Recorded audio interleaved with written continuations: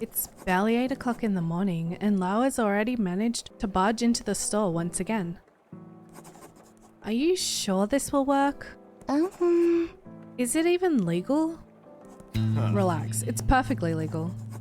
The legislation around conduits is conveniently underdeveloped. That's supposed to make me relaxed?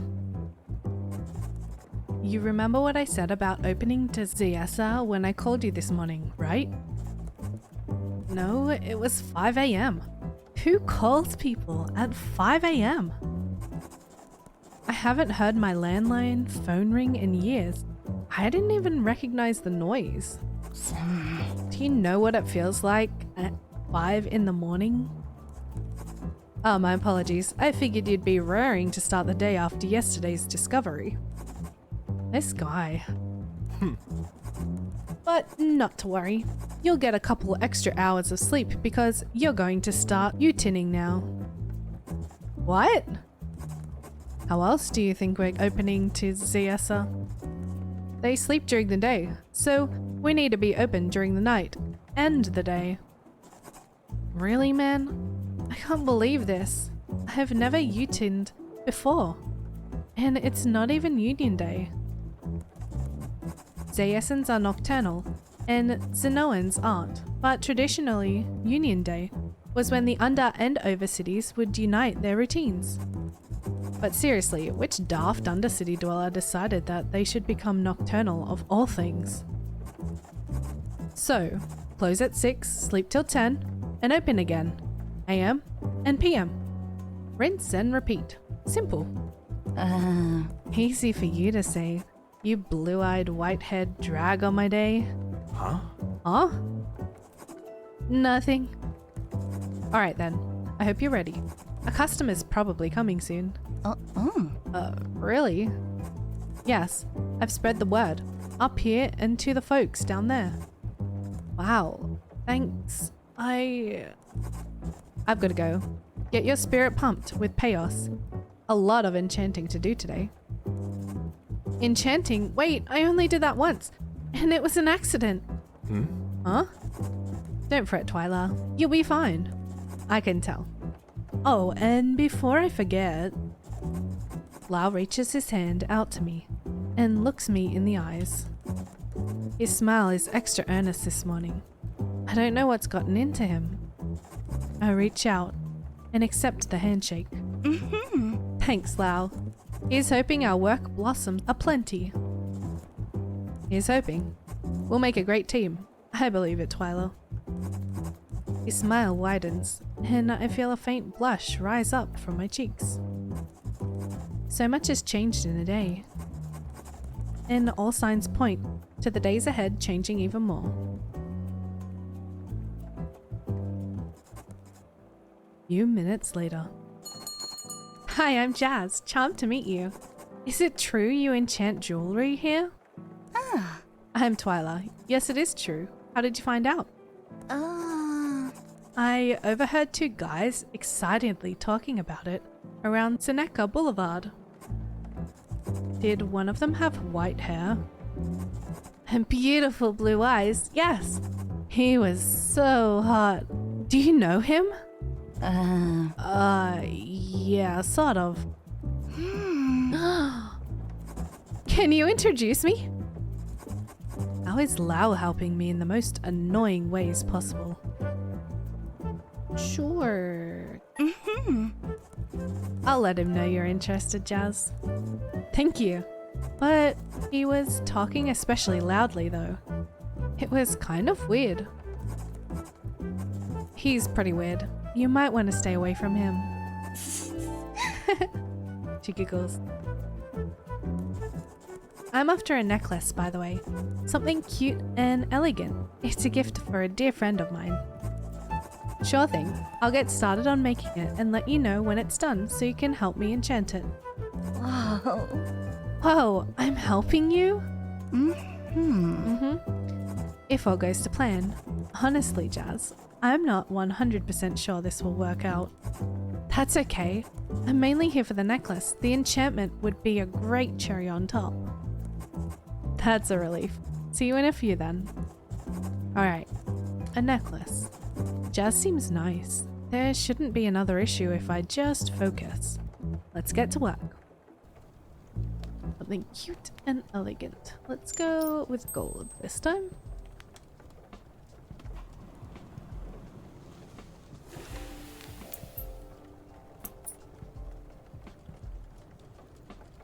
You'd think that would be the first thing that they would say is if they want silver or gold. Okay, time to decorate. Yeah, radiant. How? Let's try clean and pretty, just like Jazz, and probably her friend too. How about freedom as a theme? Jazz seems to be very affectionate and expressive type, no? Clean and pretty. That's what she asked for. Let us give her what she wants. So I'm really doing this, huh? Enchanting jewelry with chaos? All I know is that something has to change. Let's just keep calming. Figure this out slowly. I'm going to enchant to my heart's content and worry later. The whole chat with Lau was something. He's an interesting guy, huh? Yeah, he is pretty decent looking too. Very professional despite everything. It's good he's taking it on himself to learn from the past, however he thinks best. A conduit. I don't know any other conduits. How rare is it? Did I just become one? I don't have any answers, but it's a nice change of pace. I feel better. I don't know, but I can do so much more now. I'm back in control of my life. A wise man once said, with great power comes great responsibility. That's true, but still, I'll let myself be just a little happy that I'm a conduit. I know, but I'm being responsible. I'm far from needing to worry right now.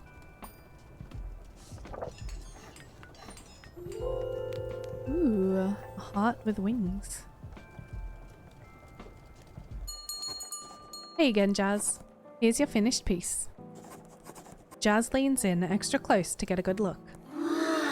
Wow, Twyla, that looks great. Really? Yes. Are you kidding? Thank you, Jazz. My customer luck is swinging back in my favor. Maybe I wasn't so bad at making jewelry after all, but here comes the real test. So, walk me through what you need me to do. Right, to enchant this piece, I'll absorb the chaos energy that you exude, and then transfer it to this necklace. Then when your friend puts it on, they'll feel a hint of that emotion. You can do that? You must be what's the word? A conduit. I just found out that myself yesterday. Whoa, you're really a conduit? That's so amazing and rare. Just like the Emperor Gummoth. Ah, if only I had something so special about me. Your hair is very special. Trust me. What a look. Oh, Twyla, thank you. But as I was saying, what I'll need from you is to express the emotion you want your friend to feel when wearing the necklace. Perhaps through a vivid memory of when you felt that emotion in the past. Something that really represents how you want your friend to feel. I'll try and recreate the exchange I had with Lau yesterday. Then this should work, right? The only thing is, isn't this a bit dangerous? There's already so much chaos in the atmosphere with this strange rain and all. It's safe, trust me. I did it yesterday and there wasn't an issue. The chaos only travels through me and into the jewelry. It doesn't spread anywhere else. I think so, at least. I don't tell her yesterday was an accident, or that I've never done it outside of that one time. But Lau's a tracer. I can trust him, right? Whether it's wise or not, I have to trust he's right about all of this. What other hope do I have? Returning to my bed-ridden state would be much greater risk of chaos anyway. Well, if you say so. People are so cautious here though. I've always been the what's the worst that can happen type, you know? Strange, she actually mentioned it. What Lau was talking about yesterday. I've barely heard anyone ever mention the stigma towards emotional vulnerability before. It's like an unspoken rule. Think, don't feel. Exactly. Hopefully this can be a nice time for you to express yourself however you want. Within reason though. I'm still very new to this. Of course, sounds like this might be a nice change of pace then. Great. Do you have any ideas of the emotions you'd like your friend to feel? Not really just yet, no. No worries. Can you start by telling me about you and your friend, and how the two of you have been feeling recently? Oh stars, I'm starting to sound like a therapist. Let's see. My name is Jasmine Tahir. I'm a business student studying at Nova Uni. I came here from UB when I was 12 and I'm a doting auntie to my little baby nephew. I like reading self-help books. I'm a moth streamer, an amazing cook, and... Wait. Huh? What was that you just said? Oh. I'm a really good cook, especially baking. Trust me, if you tried my strawberry chocolate chip cookies, you'd definitely agree. No, not that. Although that does sound delicious. You're more than welcome to bring me some. You said you're a what streamer? A moth streamer.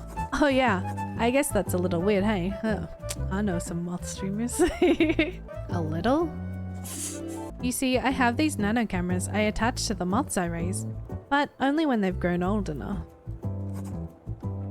And I'm ready to let them out into this strange world of ours that's ripe with disillusionment and disapproving paternal You raise moths? Yep. I'm a proud mother of 27 beautiful little moth children and countless others that have left home to carpe the diem. And as they're out fulfilling their melodramatic little moth fantasies, I use the feed from those nano cameras to livestream their adventures. In real time, no less. That's actually pretty cool, You should tune in. I have 4 different streams running right now. 4? It's most exciting at this time of day. They're usually busy fretting over someone's porch light during the night. Wow. Just wow. So do you get viewers? Yeah, girl. There's a whole moth lovers community out there. Bosses, that sounds like a pizza. Stop thinking about what a moth lover's pizza would look like. Stop. Twyla, you good? Yeah, but what is it with you and moths? No, I can't stop picturing a moth pizza. No, I'm thinking about what moth lover's pizza would look like. And I can't make it stop. Why moths, Jazz? Why? Oh no. Frankly, I'm beginning to visualize it too. Tears form at the corners of her eyes. Bosses, this traitorous tongue of mine. She shakes her head and takes a deep breath. Twyla, how could you? But alas, I'm used to such slander against the very essence of my being. So I'm going to magnanimously ignore that outrageous comment about devouring my babies. But anyway, my moth mania has a great story behind it, as you'll soon see. Sadly, it starts with my family being detained when we came here from Yabui. We were actually locked up in the detention center for several weeks. That was a terrible, terrible time. I still remember some of it quite vividly. She closes her eyes, gives her head a little shake, and returns her gaze to mine. Anyway, luckily Zenoa's state realized they'd made an administrative error or something, and they... Actually, you can't tell anyone about this, Twyla? You promise? Of course, I promise. Well, if the Yabuian government found out, it could be a big scandal, especially since there were a few other families like ours that were detained. Right. And so the state decided they'd let all of us visit the living spirits of the forest. No way! Yes way. It was a long drive from the city, very deep in the Zenoan woodland. Whoa. It's so pretty. As soon as I set foot in the sacred forest grounds, I could feel it was true, you know? That all the spirits within were completely full. That's truly amazing, Jazz. As we entered, the state officials said we were permitted to express our emotions to our heart's content. And yet, I had this sense of utter completeness. I felt nothing but content. All the suffering from detention vanished temporarily. I felt aware of exactly what I was capable of, and what was within my control. It was an elusive, ethereal peace. I felt passionless, but content. Absolute faith in myself and my future, yet not a shred of arrogance. Wow.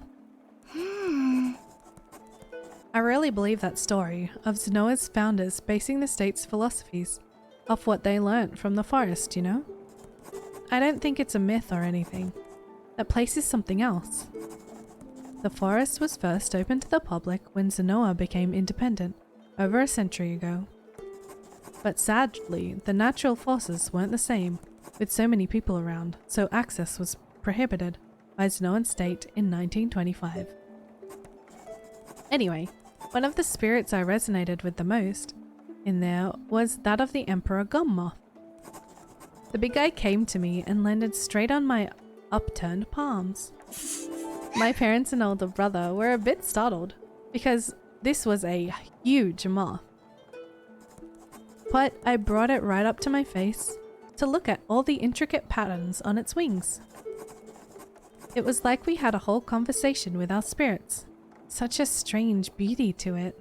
I don't remember much of what exactly that conversation was about, but it was as life-changing as it was fleeting. That feeling, it still gets me up every morning. Just a brief glimpse of it is enough. It's all the hope I need. Stars. That's wonderful, Jazz. Unbelievably wonderful. Yeah, it's wonderful now, isn't it, Twyla? You snake. You see how insulting that vile pizza joke was now? I'm so sorry, Jazz. Wow. You're right. I shouldn't be so judgmental. My bad. Good. You know, if I said I had a pet butterflies, everyone would be like, wow, how cute. But because they're moths, they're all, ew, that's weird. What's up with that, huh? True. Can't disagree with you there. She laughs. Don't worry, I know you didn't mean any harm. Other than that one comment, you've been awfully nice to me, Twyla. So I'll try not to take it to heart. Thanks, Jazz. But you know, I'm actually studying business because of that moment in the Living Spirits Forest. Really? Yeah. I'm gonna create Zenoa's one and only Moth Wonderland, and people will come far and wide to see it in all of its serene glory. The only thing is, you know those butterfly enclosures? Yeah. I hate those. Oh? How come? No moths. Fair enough. It's blatant prejudice. Speciesism, I'm telling you. Aside from the tight-knit moth lovers community, there's no respect for the little guys out there.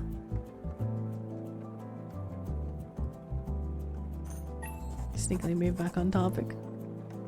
Well, what does your friend think about moths? You know, I'm not a smart person, Twyla. I'll admit that any day of the week. Yet, even I can tell you're trying to get me to stop talking about moths. Yikes, busted. In fact, what I am afraid of is just how unsmart I am sometimes. Unsmart? You mean dumb? Jazz, you're plenty smart. Yeah, look, you're just saying that. Don't think I'm not aware of what people think when they start talking about moths.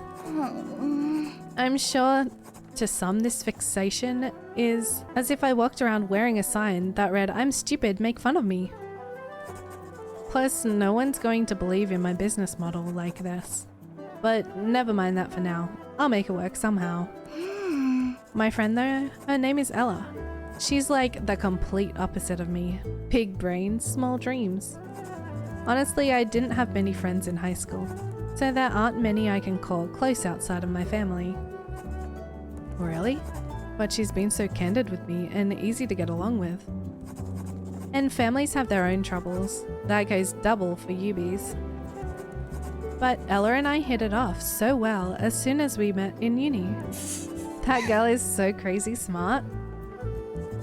Like, once I was complaining about the stats assignment, so while listening to me blather on, she picked it up and skimmed through it.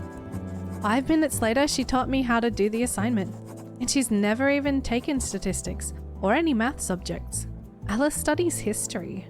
Whoa. Then she just shrugs and says something like, I don't know, I just guessed. Can you believe that? Forces. You could do wonders with that kind of brain. Yeah, but I worry about her. She has such little hope for her future, despite her many talents. Always making cynical jokes and complaining about the state of society. You know the types. I nod. A man with white hair and a strange butterfly aesthetic going on comes in mind. Maybe I shouldn't introduce Jazz and Lau after all, considering the potential butterfly moth drama.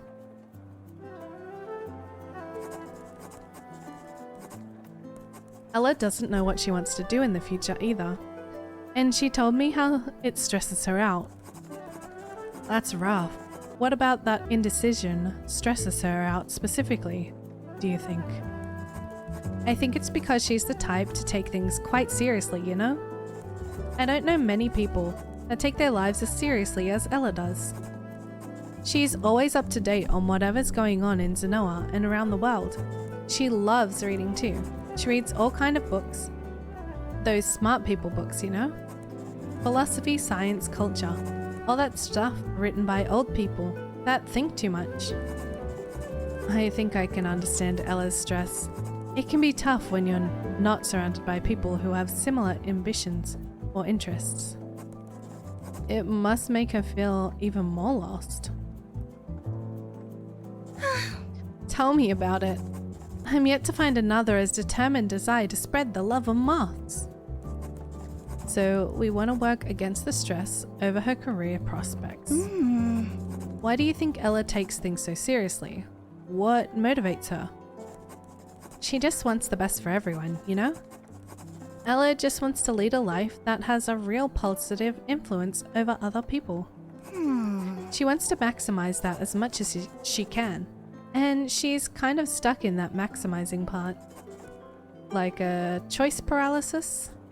Yeah, exactly. This decision means so much to her. Ella chose history because it's one of her many passions, but also because she needs time to think about what she really wants to pursue. She's built up this choice so much that she's convinced any answer she thinks of isn't enough. Is that the stage Ella's at right now? Yes, stars, you're good at this, Twyla. I just want Ella to know it's enough, you know?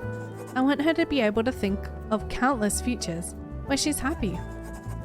I'm sure Ella's perspective, there are good reasons for thinking certain futures aren't enough. Especially if she's spending all of this time thinking it over.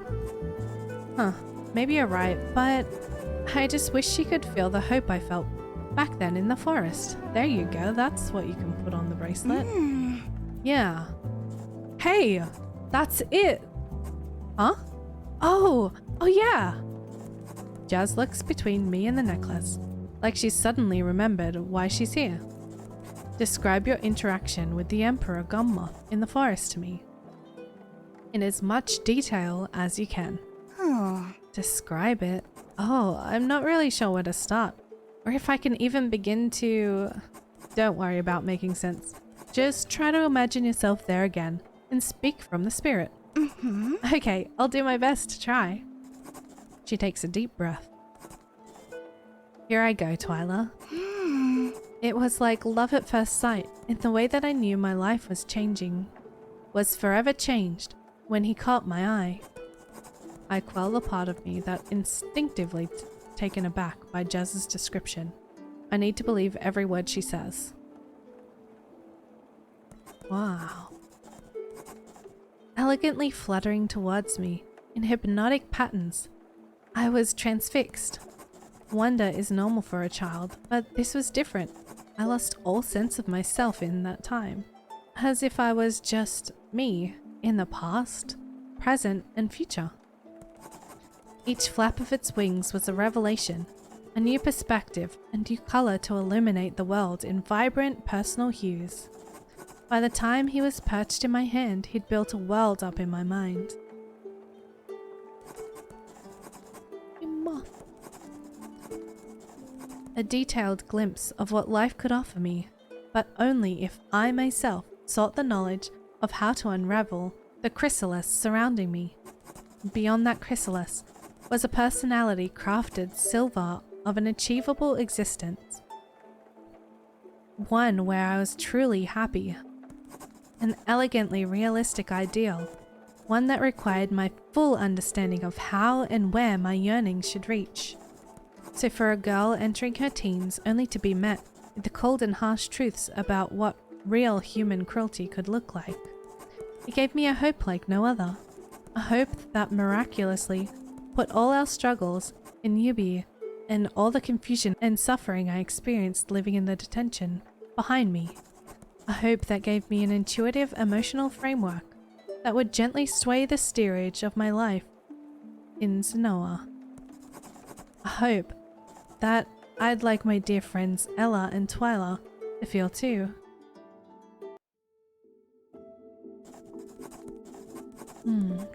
I can feel a few different emotions here. Which one of her is hope? Hues that matches hope.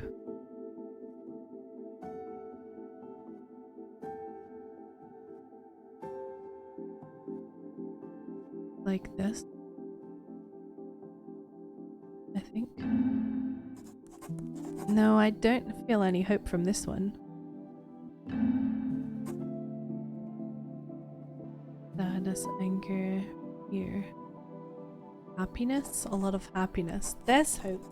It's flaring strong in Jazz's spirit too. I see.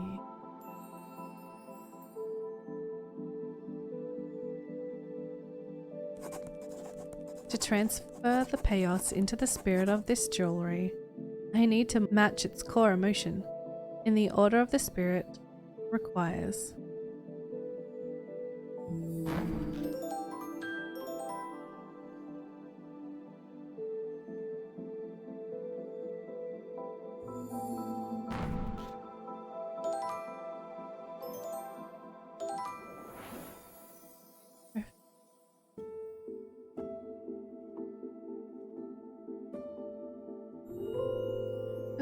Crystal changed color.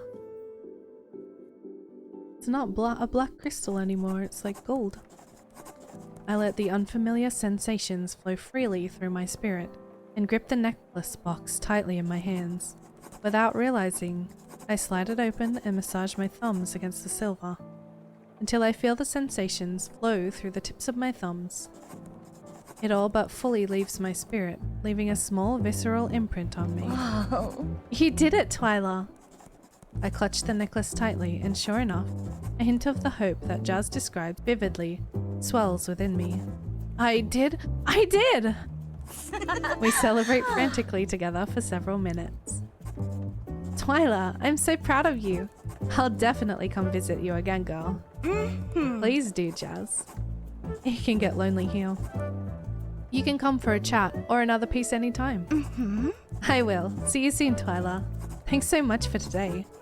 I can't believe how much you've done for me. Thank you too, sincerely. See you later, Jazz. After Jazz leaves, I head upstairs to the bedroom, keeping an ear out for the bell.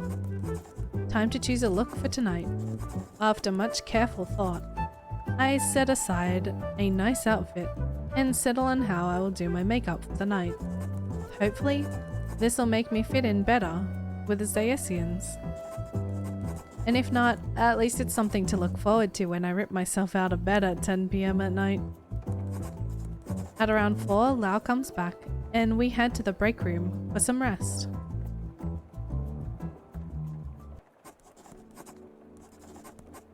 How did it all go, Twyla? Who was your first customer? It went amazingly, honestly. Exactly to the plan I improvised along the way. Jazz was my first customer, a girl around my age. She's a funny one, but really sweet. Hello. Here I go. Jazz, may the stars be with you. Actually, she was very interested in you, Lau. She asked me to introduce you. Interested? Mm-hmm. Yeah. You know what I mean. She likes you, Lau. She was really pretty too. Huh. Okay. Okay. Are you going to ask her out? Huh. No, I can't afford to worry about that now. Besides?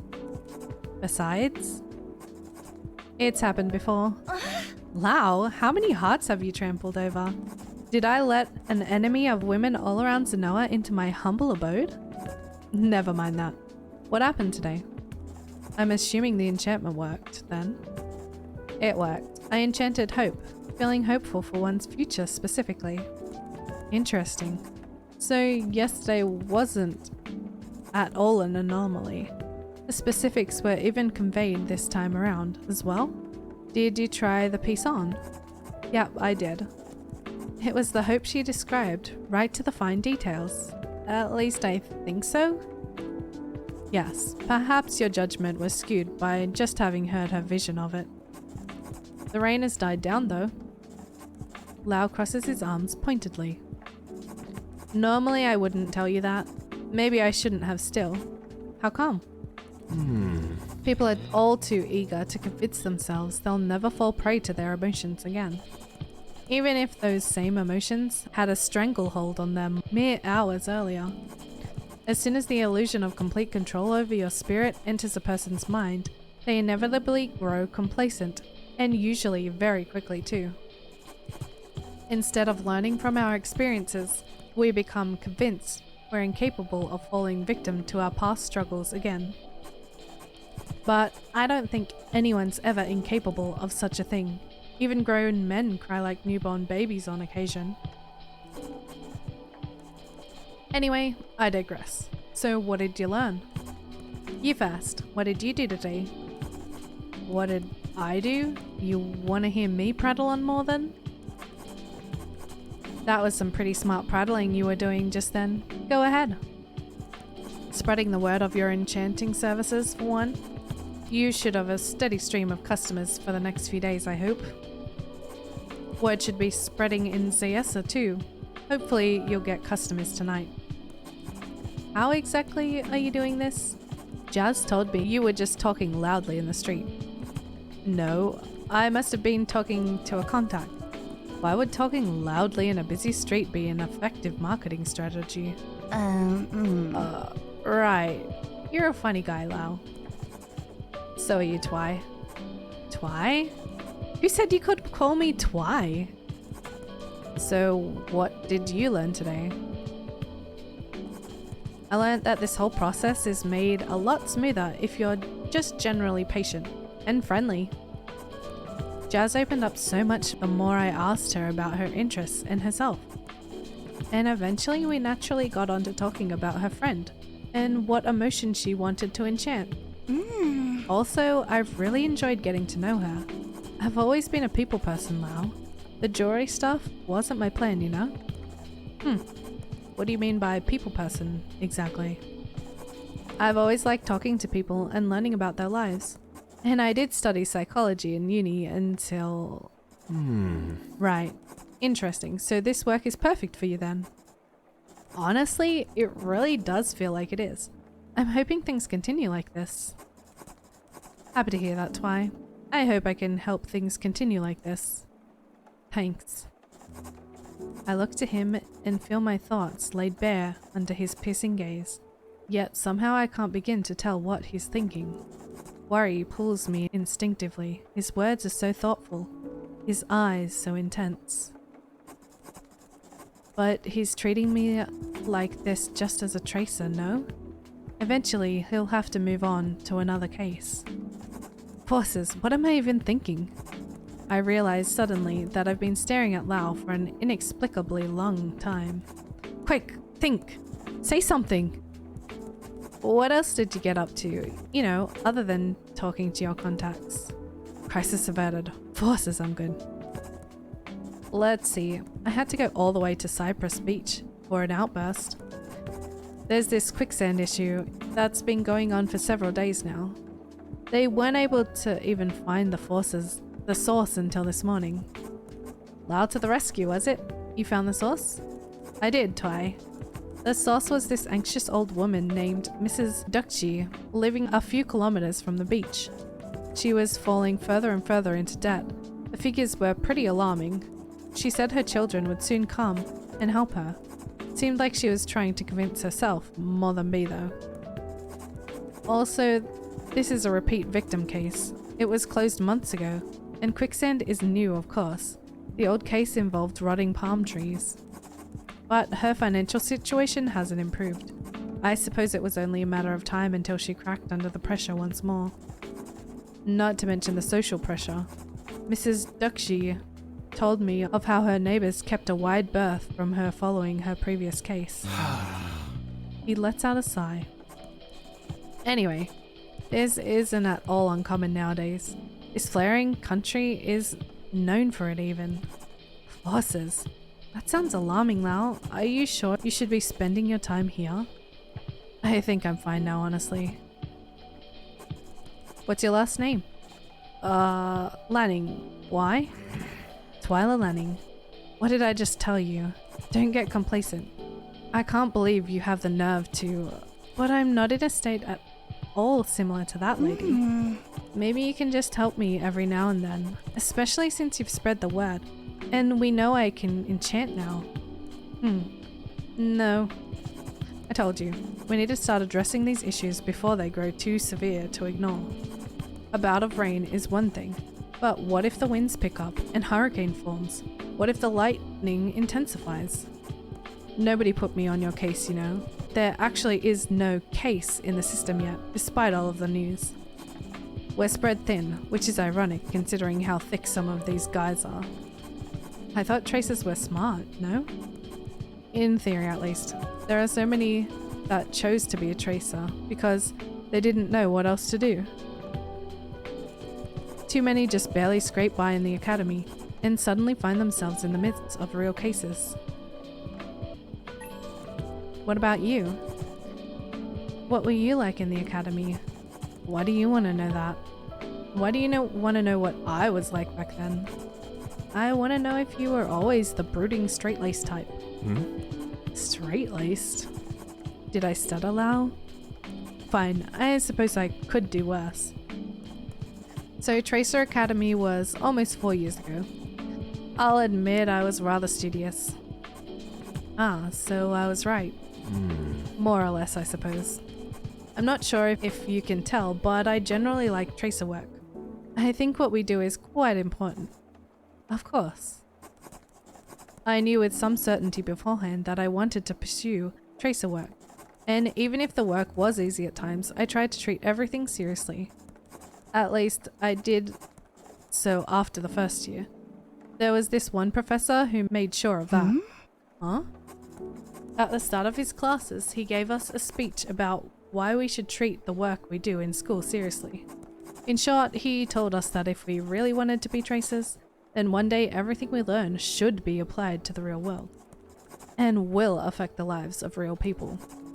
He asked students to leave the class and quit the school if they thought that didn't warrant taking their learning seriously. Honestly, I felt it was quite a good argument. Kind of harsh though, don't you think? Sure. I don't know if I'd choose those words exactly if I was running his class. In the end, no one left the classroom, but honestly, I think several of those students should have. At least judging from how they conduct themselves on official duty. Though I'll admit, that's mostly speculation on my part. I wouldn't be surprised from what you've told me. It hits me how lucky I was for Lau to be the tracer helping me. Are there other tracers like you? I'm still new, you know. I'm not that great of a tracer yet. You're familiar with my mistakes? Sometime I'll tell you about the best among us. In the meantime, have faith in yourself and stay strong, Twy. What you did today was no easy feat, and yet here you are, looking in higher spirits than ever. Remember that. He keeps doing this, and it keeps throwing me off. Kind words, cold eyes. I'll try to. But for now, I've got to get going. Make sure you prepare for the Zeessian clientele. You know they're a little different, right? Yes, I have a new look ready to go. I'm just not looking forward to waking up before the middle of the night. Why, Lau? Why are people like this? I meant to prepare mentally, but sure, I suppose that may help as well. Good luck, Twyla. I think you may need it. Try not to get scared by these people. You wouldn't believe the amount of outbursts caused by Zeessians creeping out innocent, soft Xenoans. Why would I be scared? Don't worry, Lau, and good luck to you, wherever it is you're headed.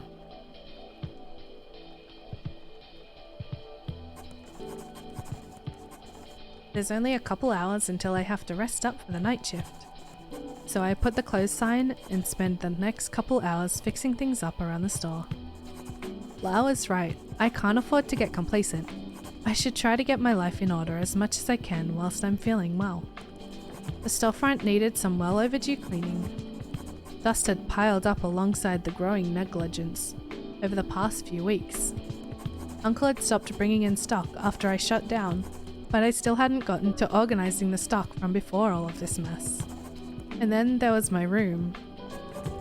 I finally decided I've had enough of navigating the cluttered floor like a rat in a maze and start putting things back in their proper place. Mostly. Great. Everything is nice and clean. Time to get some well-deserved rest.